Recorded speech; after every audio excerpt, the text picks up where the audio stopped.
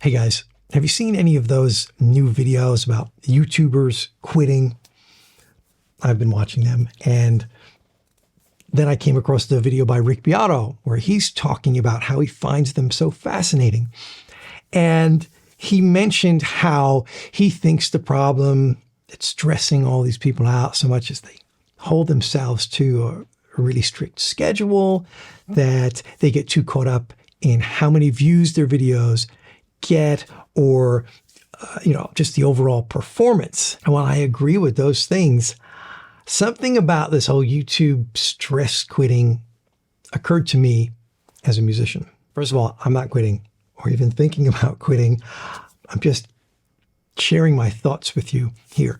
Yes, I do sometimes get stressed when I got a lot of things going on. Full-time YouTube is kind of demanding, and I also have a growing business that I run, but I can take a day off whenever I need to, so I'm fine. My job immediately before becoming a full-time YouTuber was a full-time saxophone player. And while I always felt really lucky to be able to play music for a living in the saxophone, that meant I had to take every gig that came my way, and I had to accept earning a lot less money than I would have had I chosen any number of other better paying careers. When this YouTube channel started working and people started purchasing my courses and now the saxophones and mouthpieces and all that, I felt that I continue to feel extremely fortunate. Don't get me wrong, I work really hard, but I really enjoy what I'm doing, and I appreciate the increased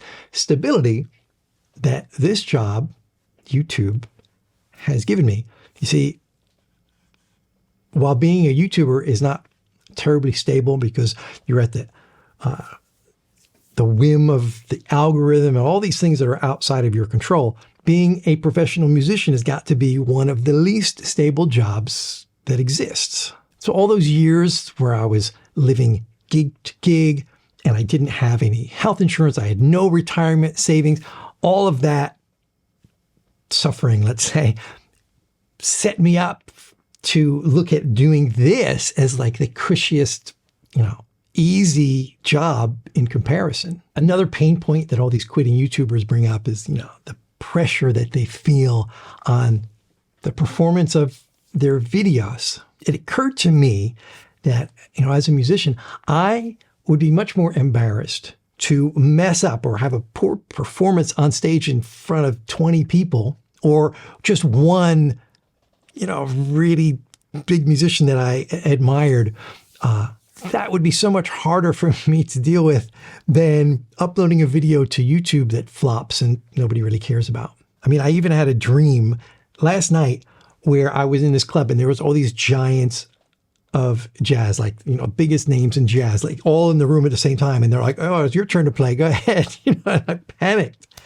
And, YouTube would never make me feel anywhere near that same level of nervous. Music as a profession can be quite harsh, and we never live up to those expectations we put on ourselves.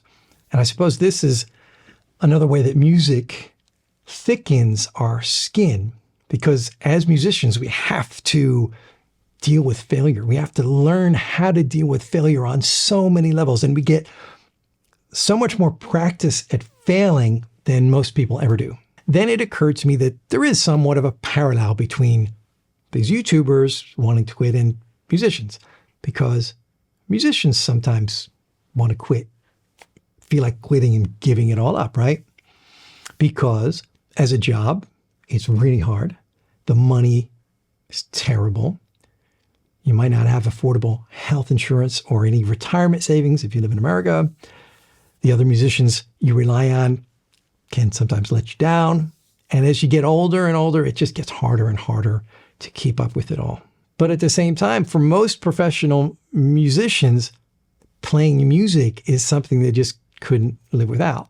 So while you might have all the best reasons in the world to quit music and get a easier job that pays better, you just can't. Rick Beato said that he enjoys making his videos and doesn't hold himself to a strict upload schedule, doesn't care how many views they get. And I'm sure that's all very good for his personal well-being. But he didn't mention something. And that is, compared to what he did previously in his career as a professional musician, being a YouTuber is really a lot easier. The point of this video is just to say that music is hard, but it teaches us a lot. And the rewards we musicians get for all of that hard work we put in is usually measured in things we can't put into our bank accounts. So while being a YouTuber with millions of followers might seem like a really hard and stressful job for some people, I don't expect they're going to get a tremendous amount of sympathy from working musicians.